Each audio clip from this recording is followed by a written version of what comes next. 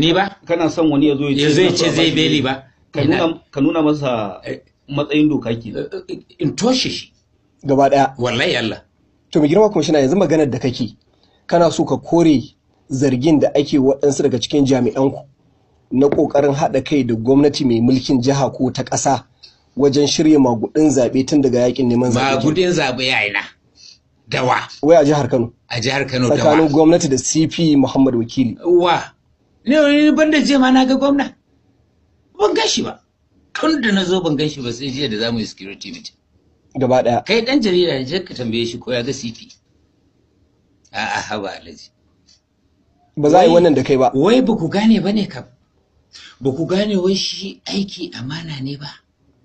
Amana kuma daga gun mahalicinmu. Ai in ka zama gwamna, in ka zama ɗan siyasa, in ka zama CP, in ka zama shugaban ƙasa Alhaji. Na ɗaya Allah zai tambaye ka. Na biyu mutanen gari za su tambaye ka. Ko ba haka ba? Na uku kana da 'ya'ya da jikoki a zo sai buga 'ya'yana tambarin an yi rashin gaskiya da ni ba da ni ba. Ni fa ba a rashin gaskiya da ni Alhaji. Ba a rashin gaskiya da ni don na fi jin tsoron Allah da mutum. Kabarin nan wala kirin nan. Oh my God.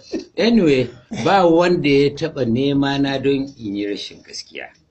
Ba a neme ni ba ma balle ma in ki. Idan kuma an nema ba za ka ba da haɗin kai. Ba ma ina ma fuskar take.